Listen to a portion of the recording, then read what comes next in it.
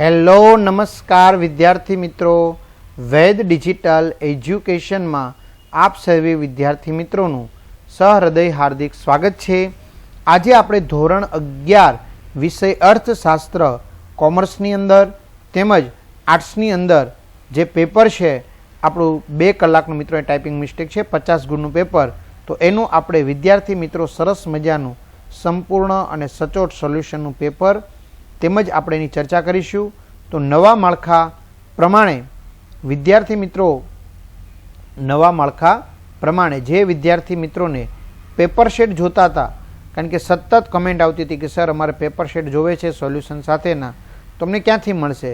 તો મિત્રો મળી જશે, ચિંતા ન કરો.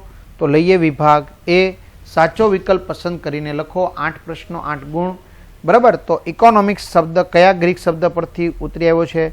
તો ઇકોનોમિકોસ. નીચેનામાંથી કઈ વસ્તુઓનો સમાવેશ ભૌતિક વસ્તુમાં થાય છે? ફ્રીજ. અસામાન્ય નફો કયા બજારનું સામાન્ય લક્ષણ છે? ઇજારો. કિંમત ભેદભાવ કયા બજારનું લક્ષણ છે? ઇજારો. ભારતીય રેલવે વિશ્વમાં કયા નંબરનું સૌથી મોટું રેલવે નેટવર્ક છે? 4થા નંબરનું.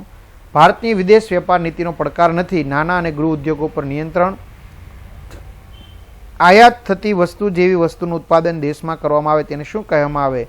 આયાત અવેજીકરણ.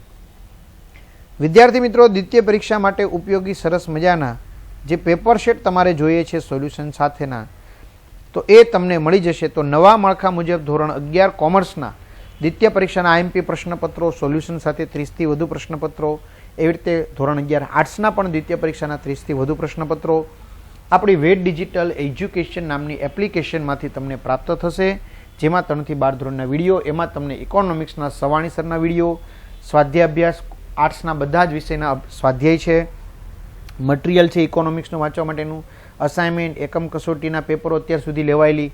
તો ગૂગલ પ્લે સ્ટોર ઉપર જે વેદ ડિજિટલ એજ્યુકેશન નામની એપ્લિકેશન ડાઉનલોડ કરો, બરાબર. તો એપ્લિકેશન વિદ્યાર્થી મિત્રો ડાઉનલોડ કરશો, ખ્યાલ આવે છે? તો તમારે ઓપન કરવાની પછી આ પેજ ખુલશે, એમાં તમારા મોબાઈલ નંબર નાખો.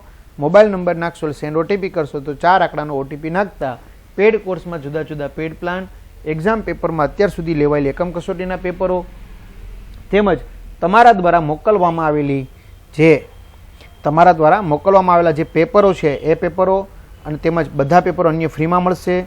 3 થી 12માં 3 થી 12ના વિડીયોમાં તમારા ધોરણમાં જઈ વિષય પ્રમાણે સ્વાધ્યાય કે વિડીયો જોઈ શકશો, ગુજરાતી, ઇકોનોમિક્સના વગેરેના. વિભાગ બી 1 ગુણના પ્રશ્નો, એવા 5 પ્રશ્નો. રોબિન્સના મતે અર્થશાસ્ત્રની વ્યાખ્યા જણાવો. તો રોબિન્સના મતે અર્થશાસ્ત્ર એટલે માણસ પોતાની જરૂરિયાતો અને વૈકલ્પિક ઉપયોગ ધરાવતા સાધનો વચ્ચે કેવી રીતે મેળ બેસાડે છે તેની વર્તણૂકનો અભ્યાસ કરતું વિજ્ઞાન. માંગની પ્રતિ મૂલ્ય સાપેક્ષતા એટલે શું? માંગની પ્રતિ મૂલ્ય સાપેક્ષતા એટલે કોઈ એક વસ્તુની અવેજીમાં વપરાતી વસ્તુની કિંમતમાં થતા ટકાવારી ફેરફારને કારણે મૂળ વસ્તુની માંગમાં થતા ટકાવારી ફેરફારનું પ્રમાણ. ત્યાર પછી પુરવઠાની વ્યાખ્યા આપો. ચોક્કસ સમયને ચોક્કસ કિંમતે ઉત્પાદકો કે વેપારીઓ ઉત્પાદન વસ્તુઓનો જેટલો ભાગ બજારમાં વેચવા તૈયાર હોય તેને પુરવઠો કહેવામાં આવે છે. વેચાણ ખર્ચ એટલે શું? તો વેચાણ ખર્ચ એટલે વસ્તુના વેચાણ માટે થતો ખર્ચ. આ ખર્ચમાં સૌથી અગત્યનો જાહેરાત ખર્ચ છે. ખાનગીકરણ એટલે શું? ખાનગીકરણ એટલે ઔદ્યોગિક માલિકીનું જાહેર ક્ષેત્રોમાંથી ખાનગી ક્ષેત્રમાં હસ્તાંતરણ. વિભાગ સી, દરેક પ્રશ્નના 2 ગુણ છે, કોઈ પણ 6 સવાલ લખવાના છે. ટકાઉ વસ્તુઓનો અર્થ ઉદાહરણ આપી સમજાવો. માંગનું વિસ્તરણ, સંકોચન અને માંગનો વધારો ઘટાડો કોને કહેવાય? વ્યક્તિગત પુરવઠો અને બજાર પુરવઠાનો અર્થ સમજાવો. સમયનો ટૂંકો ગાળો એટલે શું? ઇજારાના સંદર્ભમાં પેઢી એ જ ઉદ્યોગ છે, સમજાવો. ભારતની પ્રાચીન નિકાસો જણાવો. આર્થિક સુધારાનો અર્થ આપો, તેના આર્થિક સુધારાના પાસા જણાવો. રાષ્ટ્રીય આવકની ખર્ચની પદ્ધતિમાં કયા ખર્ચાઓનો સમાવેશ થતો નથી? વિભાગ ડી 3 ગુણના 5 સવાલ. નિયોજક ઉત્પાદનના નેતા છે, સમજાવો. આવક અસર અને અવેજી અસર વચ્ચેનો અર્થ આપો. પુરવઠાના નિયમના અપવાદો જણાવો. વૈકલ્પિક ખર્ચના માપનની મુશ્કેલીઓ જણાવો. ભૌગોલિક દ્રષ્ટિએ બજારનું વર્ગીકરણ સમજાવો. મિત્રો વિડીયો પોઝ કરીને લખી શકાશે, બરાબર. ત્યાર પછી બ્રિટિશ શાસનની કરવેરા નીતિ સમજાવો. વૈશ્વિકીકરણ પહેલાંની ભારતની વિદેશ વેપાર નીતિ તપાસો, બરાબર. તો આવી રીતે વિડીયો પોઝ કરતો જવાનું અને તમારે લખતું જવાનું છે. નાણાકીય આવક અને વાસ્તવિક આવકના ખ્યાલ સમજાવો. વિભાગી 5 ગુણના 2 સવાલ છે.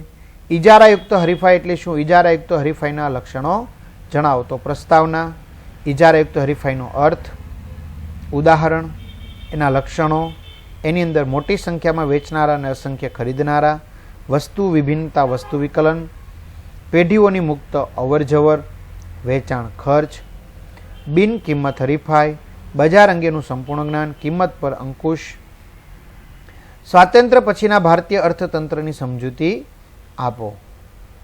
તેમાં રાષ્ટ્રીય આવક અને માથાદીઠ આવક, ખેતી, ઉદ્યોગો, સેવાઓ, વસ્તી, ગરીબી, બેકારી, માનવ વિકાસ. ત્યાર પછી અલિપ્ત અર્થતંત્રમાં રાષ્ટ્રીય આવકનો ચક્રાકાર પ્રવાહ આકૃતિ દ્વારા તમારે શું કરવાનો છે? સમજાવવાનો છે. બરાબર? તો સમજાવવાનો છે વિદ્યાર્થી મિત્રો વ્યવસ્થિત આકૃતિ દ્વારા.